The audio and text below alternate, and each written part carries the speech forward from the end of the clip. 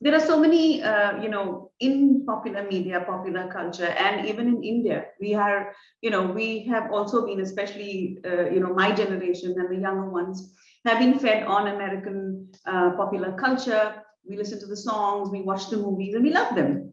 However, there are so many cliches about Hinduism in the American pop culture. Um, I mean, you Americans are a little irreverent when it comes to, about everything. So that's fine. But we find that one finds that, or at least is in my observation, that when it comes to Hinduism, the cliches are very, very jarring. And like right from the time of, say, Indiana Jones to, whatever's out recently, I don't know. But the cliches are very jarring. And for example, you find that there is some amount of acceptance, like I mentioned earlier, with, say, the Islamic culture, or some, you can see that there's a certain earnestness to want to understand, or even the representations. For example, if you see a Chinese woman or a Middle Eastern woman, she's presented as alluring or, attractive. The moment you present an Indian woman, she's always a drab, plain, or, very, very conservative, or somebody who is, the representations are very, very, not very flattering. So Yes. what have you got to say about that? That's one. And secondly, why hasn't Hinduism made a name for itself in America, or a place for itself, a niche for itself, like Islam has a bunch of loyalists, or like the Buddhists have a firm base? So two questions here. Very, very, very good questions. And I could talk for an hour about either of them. In terms of the negative stereotypes and representations, I blame at least some portion of that on simple ignorance, right? That India has not, and I think this is unfortunate, and I think it's starting to change, but it has not loomed large in American foreign policy, right? You see very few news stories, even today, about India. And when you do see news stories about India, they're either peculiar stories, like, a man was eaten by a tiger or something like that,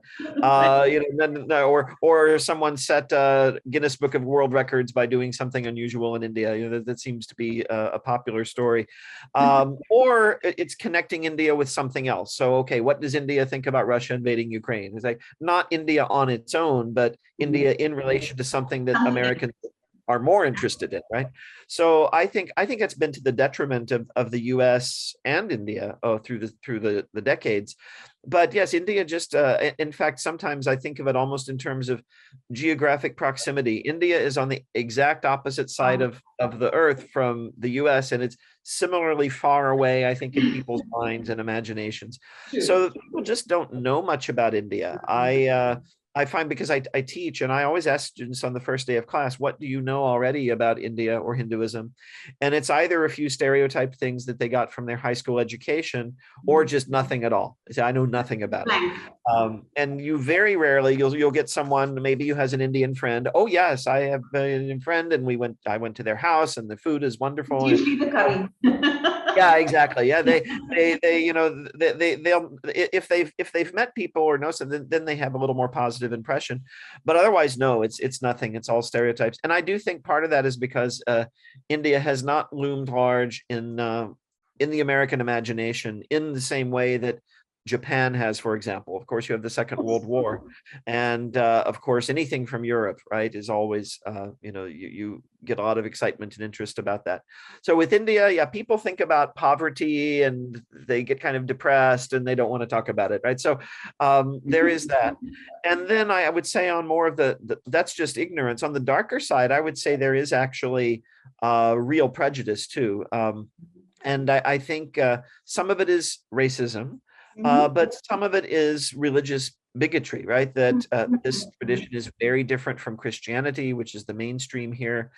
And then even among people who are more secular, who are not religious, they seem to have absorbed in their minds a kind of developmental idea about religion, that because of the many deities and so on, that the Hindu tradition somehow inhabits an earlier phase of evolution, right? It's seen as backward and so on. So you mentioned the contrast with Islam.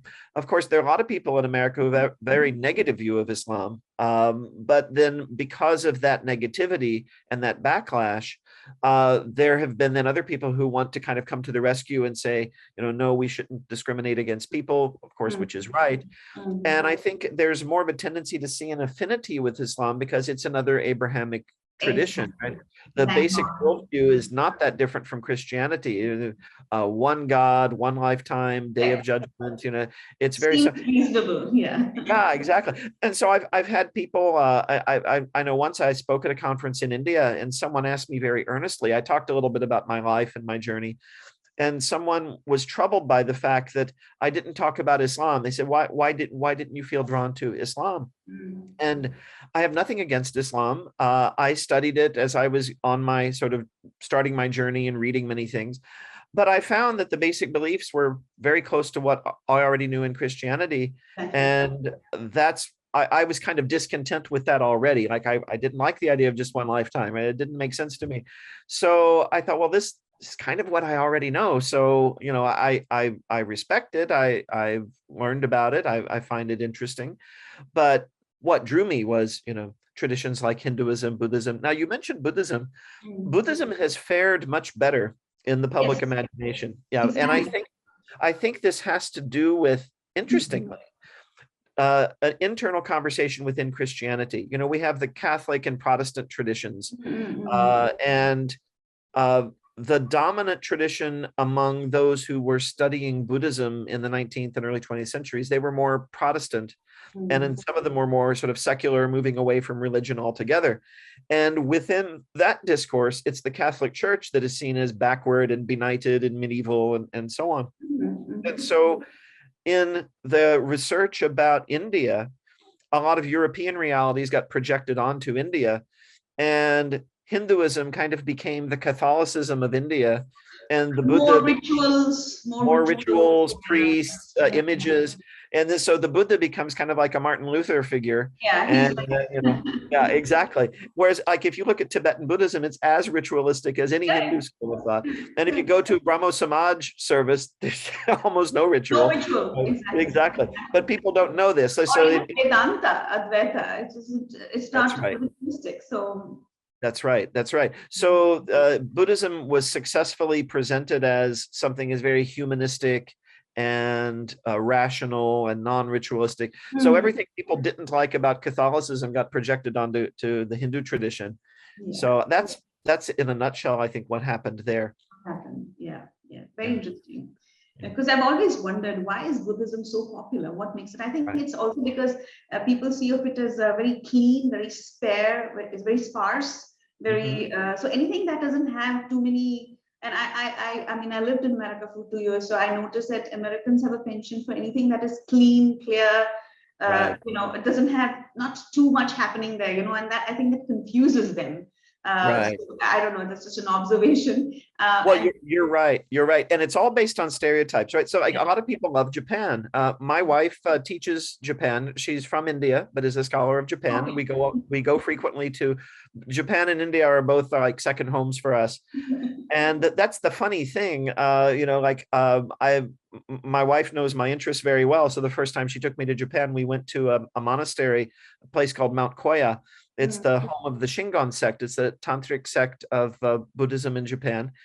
And it's just like being in a Hindu temple. There's so many, murtis, and they have rituals. They have all these mudras that they do and so on. Very complex. It's very, very much like the way people think of Hinduism in the West. So people have a simplified, stereotyped idea, right? They think of Buddhism, they're just thinking of Zen, right? They're not thinking about the whole variety of Buddhism. The tradition that it comes with, history, a lineage, which is far more complex than they actually know. And then when they think of Hinduism, they don't think of the things they like about Buddhism, but those things are all present in Hinduism. Meditation, subtle philosophy. That's where it came from. The roots are. Yeah. Anyway, it's interesting.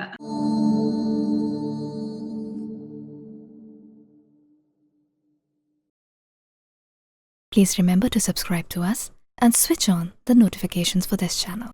For our other social media links, more content, and to support our work, please visit citti.net. Dhanyavad. Namaskar.